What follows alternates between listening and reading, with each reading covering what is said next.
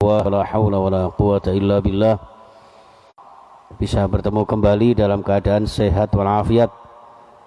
Mudah-mudahan pertemuan kita senantiasa dibarengi dengan hidayah Allah, dengan ma'unah Allah, dengan ridha Allah, dan diberikan panjang umur, bahagia, dan masalah fid dini wad dunya wal akhirah. Amin ya rabbal alamin. Salawat dan salam kita haturkan kepada Nabi kita Muhammad sallallahu alaihi wasallam. Baik jamaah sekalian rahimakumullah, langsung kita lanjutkan kajian tafsir kita, yaitu surah Al-Anfal ayat berapa ya Pak ya? 13 ya. A'udzubillahi minasyaitonirrajim. Bismillahirrahmanirrahim. Dzalika bi anna Allaha wa rasulahu wa may yushaqiqillaha wa rasulahu fa innallaha syadidul iqab. Dzalikum fadzuquhu wa anna lil kafirina 'adzaban nar. Jadi lanjutannya ini sebelumnya ayat ke-12 tentang suasana perang Badar yang kemudian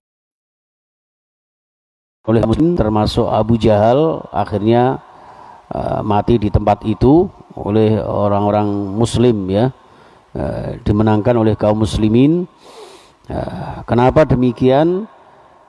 Di sini lanjutannya dzalika bi annahum syaqqullaha wa rasuluh. Syaqqullaha wa rasulah. Jadi mereka diperangi kaum muslimin ya, ini supaya kita tahu bahwa bukan berarti orang Islam itu main kekerasan gitu ya, terus sedikit-sedikit suka peperangan, itu mboten. Jadi ini dijelaskan oleh Allah, dzalika, jadi peperangan Badar itu ya, di mana banyak kaum musyrikin, kaum kafir yang mati terbunuh, ada yang diambil kemudian harta ghanimahnya sebagai harta ghanimah, harta rampasan, dan juga ada beberapa tawanan perang ya. Itu karena bi annahum, karena sesungguhnya mereka itu syaqullah. Apa? Syaqun itu maknanya ada dua Pak. Yang pertama maknanya syaqun itu menentang ya, yungkiruna itu menentang tapi dengan cara melawan, bukan sekedar menentang tapi tidak sekedar mengikuti ya. Orang kafir musyrik Mekah, kaum Quraisy itu waktu itu tidak sekedar tidak suka tapi ingin membunuh Rasulullah, ingin menghabisi sahabat-sahabat Rasulullah. Nah, itu sehingga disebutkan di sini syaqullah, itu syaqun itu menentang Allah ya, syaqullah mereka menentang Allah, ingin liyutfi'u nurallah, mereka ingin menutup cahaya Allah ya, supaya Nabi Muhammad itu tidak berdakwah lagi untuk menegakkan agama Allah ya. Wa rasulahu, dan rasulnya. Jadi adanya mereka diperangi itu karena mereka menentang Allah dan menentang Rasulullah Shallallahu Alaihi Wasallam. Itu. Maka di dalam ayat yang lain itu waqatilul musyrikina kaffatan kama yuqatilunakum kaffah. Di dalam surah At-Taubah ayat 36 ya Pak ya. Waqatilul musyrikin, perangilah orang-orang musyrik itu kafatan, kabeh. Nggih, perangi orang-orang musyrik itu kama yuqatilunakum kafah, sebagaimana mereka memerangi kalian. Jadi umat Islam itu ciri khasnya mereka tidak akan membuat istilahnya ya, tidak akan terjadi peperangan kalau tidak diperangi. Umat Islam haram hukumnya membikin kerusakan ya, apalagi kalau dikatakan radikal ya Pak ya, tidak ada Islam radikal. Sudahlah, panjenengan percaya saja, dari namanya saja aslama yuslimu, Islam. Sering saya sampaikan, agama yang damai. Nggih. Jenengan ngaji ya nyantai kata ngeten gitu. Tidak ada Islam garis keras, itu tidak ada. Kalau ada yang mengatakan garis keras atau ada yang mengamalkan ajaran Islam ini secara garis keras, itu berarti Islamnya masih dipertanyakan. Disampaikan bahwa Islam itu jangan sampai terjadi dua sisi yang berbeda. Sisi yang pertama, Islam ini dikatakan garis keras, sedikit-sedikit perang, tidak ada. Ada nggak ulama yang menyakiti preman? Jangankan preman, orang gila saja nggak pernah disakiti ulama. Tapi banyak orang yang menyakiti ulama. Ironisnya lagi mengaku sebagai orang gila. Ya, kalau memang gila beneran lah kok enaknya pilih-pilih ulama, misalnya seperti itu. Tapi wallahu alam, yang jelas tidak ada yang namanya Islam itu menyakiti orang lain. Banyak sekali Bapak Ibu sekalian. Maka waqatilul musyrikina, kita disuruh memerangi orang musyrik itu semuanya kama yuqatilunakum kafah. Jadi umat Islam itu harus cinta damai, tidak suka peperangan. Tapi kalau diperangi, nah ini masalahnya. Tapi kalau diperangi, umat Islam boleh lari dari peperangan. Berarti nek kulon jenengan, ulama kulon jenengan disakiti, maka kulon jenengan tidak boleh tinggal diam. Lah caranya ada sepundi? Ya kita lihat saja perkembangannya. Jadi ada reka ulang dan sebagainya. Monggo lah, mudah-mudahan nanti benar-benar bisa terlaksana secara adil. Ya, karena memang itu sudah upaya pembunuhan. Gitu. Dan itu banyak terjadi Pak di tempat-tempat tertentu, di masjid-masjid tertentu.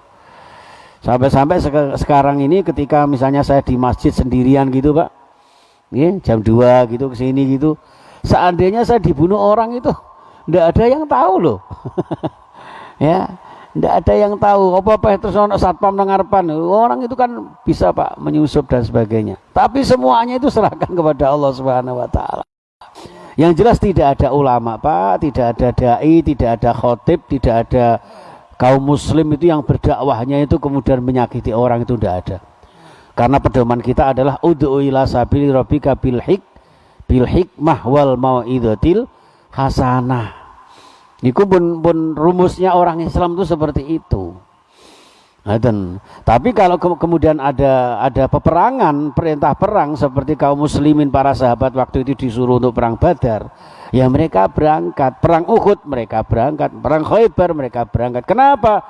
Karena ada indikasi-indikasi kaum muslimin disakiti.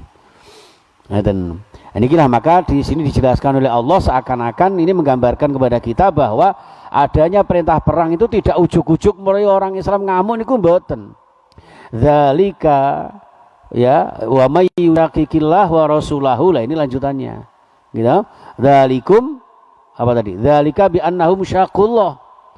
Jadi adanya peperangan itu ya karena mereka orang-orang kafir itu menentang Allah wa rasulah dan utusannya Allah. Gitu. Tadi saya katakan syakun yang pertama menentang, syakun yang kedua maknanya adalah ay syakul asa, artinya membelahnya menjadi dua bagian. Jadi maksudnya membelah dua bagian itu bisa jadi diartikan karena kemusyrikan itu kan menyekutukan ya Pak ya.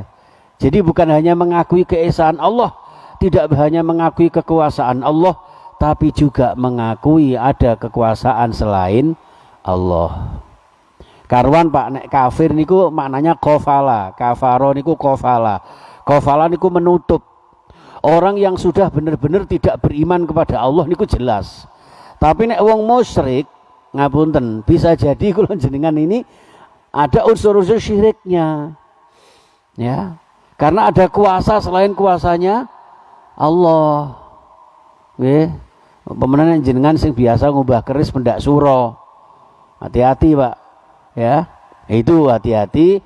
Maka kemusyrikan inilah yang disebut dengan syakul asa, yang artinya adalah membelah dua bagian ya, dua bagian. Satu bagian mengakui kuasanya Allah, bagian yang lain mengakui kuasa selain Allah, dan itu memerangi Rasulullah, maka Rasulullah kemudian memerangi mereka. Lah, musyrik ini identik dengan orang munafik. Idza ja'akal munafiqun, munafik niku nek mara tengene ngajenge Rasulullah niku nggih mesti ngomong, "Ya Mat, Muhammad kon niku utusane Allah." Tapi ketika sudah berpaling, innahum lakadzibun, mereka niku bohong. Bagian ya, dua kepala, dua wajah. Malah tengene teori kewayangan niku wong munafik niku digambarke wayang dosa muka, Pak. Ya, dosa muka. Dosa niku dari kata dosa. Dosa niku 10, muka niku rai. Wong sing duwe 10 rai. nang wong iki ya melok ngene, nang iku melok ngono dan sebagainya. Atau dosa muka niku, dosa niku ya dosa, muka niku akibat dari wajah. Wajah kula jenengan iki sering yang terjadi banyak dosa. Terutama dengan dua mata, dua telinga, satu mulut, ini aduh berbahaya ini. Makanya kula jenengan ketika sholat, ini wajah tuh gitu, saya menghadapmu. Kenapa menghadap kok dikatakan wajah saja? Bukan berarti saya ngadep ngersane Allah niku wajah itu niku mboten. Wajah niku menggambarkan seluruh tubuh, badan, lahir, batin kula jenengan niku ya dari wajah itu. Wajah tu wajhiyah. Ya, wajah saya ini saya hadapkan ke hadiratmu ya Allah. Yang sering terjadi dosa muka nggih ngoten. Makanya terus ana muncul Arjuna. Arjuna niku Arjuna, saya mengharap panjenengan ya Allah ya. Mengharap napa? Janaka jannataka, swarga panjenengan. Ngono. Lah niku kudu duwe gaman jenenge ana Sena Werkudara. Kukune Panca, Pancanaka, Panca niku 5, Naka niku dasar. Ngoten, ambek duding-duding tangan siji. Napa niku? Tauhid, mengesahkan Allah, maka jauh dari kemusyrikan, Pak. Orang nek jauh dari kemusyrikan, tauhid, duwe kuku Pancanaka, napa akibate? Nggih, napa? Duk sama laduk ngoten nika, nggih. Ora tedas dibedil mecicil, ditembak laka-laka, dibacok malah plerak-plerok lho ngoten niku. Nggih, niku maksudnya napa? Simbol kula jenengan, kekuatan lahir batin kula panjenengan itu kalau memiliki iman yang baik, memiliki tauhid yang sempurna. Ngoten, kula jenengan kok masih ada rasa minder, ada rasa atau pamer atau ujub dan sebagainya, itu berarti masih ada unsur kemusyrikan. Dzalika bi annahum syaqullaha wa rasul. Wa may yushaqiqillaha wa rasulahu fa innallaha syadidul iqab. Wa man lan sapane wong yushaqiqillaha kang merangi menentang Allah wa rasulahu lan utusane Allah, fa innallaha maka sesungguhnya Allah iku syadidul iqab. Nggih. Kalau di dunia mereka diperangi oleh Rasulullah dan para sahabatnya, maka ketika nanti di akhirat di hadapan Allah Subhanahu wa taala, wa may yushaqiqillah, barang siapa yang menentang Allah wa rasulahu dan utusannya, fa innallaha syadidul iqab, akan mendapatkan, akan berhadapan dengan pedihnya siksaan Allah Subhanahu wa taala. Fa innallah, maka sesungguhnya Allah yang memiliki napa niku siksa yang amat keras ya, kedahsyatan siksaan Allah Subhanahu wa taala nanti di hari kiamat yang akan datang. Ini sudah dibuktikan oleh Allah Subhanahu wa taala dengan kesabaran para sahabat, dengan kegigihan para sahabat. Kemudian Allah, salah satu indikasi syadidul iqab adalah mereka kemudian dimenangkan oleh Allah, dibantu oleh Allah dengan mengirim para malaikat Allah. Dzalikum Itulah hukuman dunia yang ditimpakan atas kalian wahai orang-orang kafir. Jadi ketika di dunia itu mereka dihukum oleh Allah dengan kekalahan di dalam peperangan, ya, maka fadzuquhu, maka silahkan rasakan oleh kalian, ya, rasakan kekalahan itu. Wa anna lil kafirina adzaban nar, dan sungguh bagi orang-orang kafir nanti di hari kiamat akan mendapatkan siksa api neraka. Na'udzubillah summa na'udzubillah. Jamaah sekalian rahimakumullah, Bapak Ibu yang saya muliakan. Jadi inilah maka monggo kita semuanya jangan sampai ada unsur menentang Allah. Kita sami'na wa ata'na, ati'ullaha wa ati'ur rasul. Insyaallah dengan demikian kita semuanya akan mendapat ridha Allah Subhanahu wa taala. Sebagai seorang muslim, tunjukkan bahwa Islam ini benar-benar orang yang aslama, berserah diri, tunduk patuh dhateng ngarsanipun Allah. Aslama, berserah diri, tunduk patuh kalih aturan-aturan yang ada. Niku mawon. Nggih, jadi ya wis monggo kula jenengan nderekaken napa jare dawuh Gusti Allah, nggih, nderekaken sunnah Rasulullah sallallahu alaihi wasallam. Insyaallah kita semuanya akan mendapat ridha Allah, bahagia fid dini wad dunya wal akhirah. Amin ya rabbal alamin. Sampun ngaten nggih? Ada lagi? Pak Ya, ada yang disampaikan Pak Ya? 13 ayat 14-nya apa Pak itu Pak? Bentar, di sini ya ini. Dzalikum fadhu. Oh itu ayat 14-nya itu ya Pak ya? Oh iya, dzalikum fadzuquhu wa anna lil kafirin adzaban nar. Nggih. Mohon ngoten mawon dua ayat yang kita kaji pagi hari ini.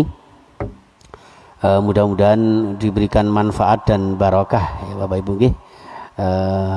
Insyaallah mudah-mudahan yang terpenting ini ngapunten walaupun sedikit-sedikit ya mudah-mudahan bisa istiqomah nggih. Istiqomah, karena istiqomah itu kata Rasulullah kan yang paling istiqomah ya, amal itu yang paling istiqomah wa inqalla, walaupun sedikit ya, walaupun sedikit. Saya kira itu berbagi dengan aktivitas yang lain, mudah-mudahan sedikit ini bisa membawa manfaat yang banyak dibersamai Allah. Kula jenengan dipun paringi sehat walafiat, selamat dari virus corona. Mohon mudah-mudahan virus corona segera sirna, diangkat oleh Allah Subhanahu wa taala. Bismillahirrahmanirrahim. Allahumma shalli wa sallim wa barik ala Muhammad wa ala alihi washabihi ajmain.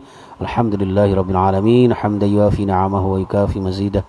Ya Rabbana lakal hamdu kama yanbaghi li jalali wajhika wa 'azimi sultanik. Ya Allah ya Rahman, ya Allah ya Rahim. Irhamna wal mu'minin, irhamna wal muslimin, irhamna wal hadirin, irhamna birahmatika ya arhamar rahimin. Ya Allah, ampunilah kami dosa-dosa kedua orang tua kami. Ya Allah, sayangilah mereka sebagaimana mereka menyayangi kami. Ya Allah, sayangi kami dan kaum muslimin, kaum mukminin dan seluruh hadirin. Ya Allah, ya Tuhan kami, selamatkan kami, keluarga kami, panjangkan usia kami, sehatkan jiwa raga kami, sembuhkan segala sakit kami. Allahumma arhamna bil Qur'an, Allahumma syfa'na bil Qur'an, Allahumma hdina bil Qur'an. Sayangi kami, hidayahi kami dengan Al-Qur'an. Jadikan nanti di hari kiamat Al-Qur'an menjadi teman kami ya Allah untuk mendapat ridha-Mu. Ya Allah, ya Tuhan kami, jadikan kami dan keluarga kami ahlul Qur'an, ahlul ibadah, ahlul akhlakul karimah, ahlul syariah ya Allah, ahlul hidayah, barakah fid dini wad dunya wal akhirah. Allahumma dufa' 'anna al-bala'a wal ghala'a wal waba'a wasyada'ida wal mihan wa jami'al amradi wal fitani ma dhahara minha wa ma batan fi baladina Indonesia khassah wa min buldanil muslimin 'ammah, innaka 'ala kulli syai'in qadir. Wa sallallahu ala sayyidina Muhammadin wa sallam walhamdulillahi rabbil alamin. Terima kasih, kurang lebihnya mohon maaf. Kita akhiri subhanakallahumma wa bihamdika asyhadu an la ilaha illa anta astaghfiruka wa atubu ilaik. Assalamualaikum warahmatullahi wabarakatuh.